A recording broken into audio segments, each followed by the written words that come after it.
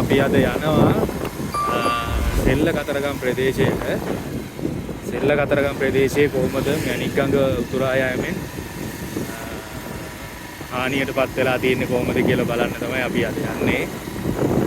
දැන් මේ කතරගම ඉඳලා සෙල්ල කතරගමට යන පාර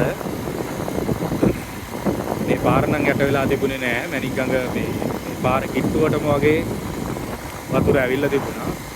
අපි ගිහිල්ලා බලමු ඝන දේවාලයාවට කොහොමද සෙල්ල කතරගම යට වෙලා තිබූ තත්ත්වය කියලා.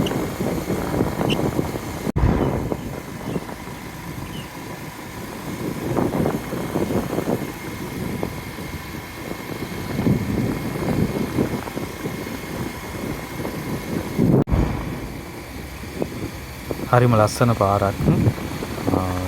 පාර දෙපැත්තෙම සීඹල ගස් තියෙනවා, විශාල සීඹල ගස්. ඉතින් මේ පාර හරිම කූල්, හරිම ලස්සනට තියෙනවා මේ පාර. මම හිතන්නේ හැමෝම වීඩියෝ වලින් පෙන්නනවා වතුරෙන් යට වෙලා තිබුණම කොහොමද තත්ත්වය කියලා.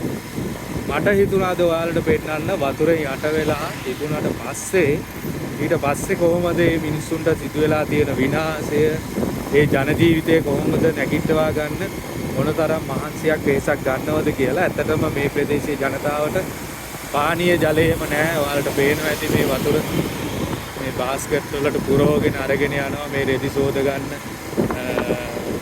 ජල පාසුකම් තියෙන තැන් වලට මෙයාලා යනවා. ඒ වගේ දේවල් මේ පාරාවට මිනිස්සුන්ගෙන් බලා ගන්න පුළුවන්. අපි සෙල්ල කතරගම ඉන්නේ දැන් පාලමසල. ජල මට්ටම මම ඔයාලට පෙන්නන්නම් කොහොමද කියලා. දැන් මැණික්ගඟේ වතුර මට්ටම නම් අඩු වෙලා ගිහිල්ලා තියෙනවා. ඔයාලට බලා ගන්න පුළුවන් කොහොමද වතුර මට්ටම ගිහිල්ලා තියෙන්නේ කියලා. මෙන්න මෙතනින් තමයි ඔතන කණ්ඩිය උඩින්ම තමයි වතුර මට්ටම මේ හරියෙන් ගිහිල්ලා තියෙන්නේ. දැනට වතුර මට්ටම යන්නේ මෙන්න මේ ප්‍රමාණය. මඩ වතුරක් තමයි යන්නේ.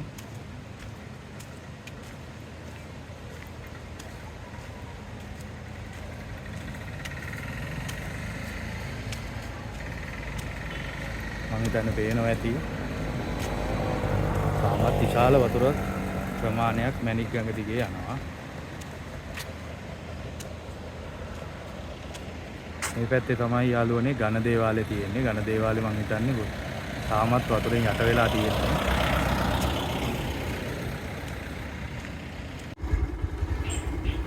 මේ ඝන දේවාලයට යන පාර, ඒ පාරේ තමයි මේ යන්නේ. අපි ඉස්සරහට ගිහින් බලමු මොකද වෙලා තියෙන්නේ කියලා.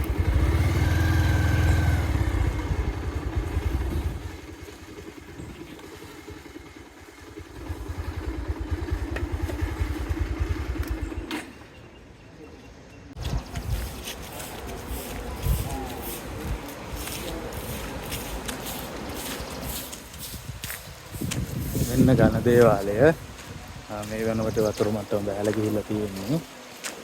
මේකේ වහල මට්ටමට එනකම්ම දේවාලේ යට වෙලා තිබුණේ. දාලා නැති නිවසල් දෙනවා. දැන් නම් වතුර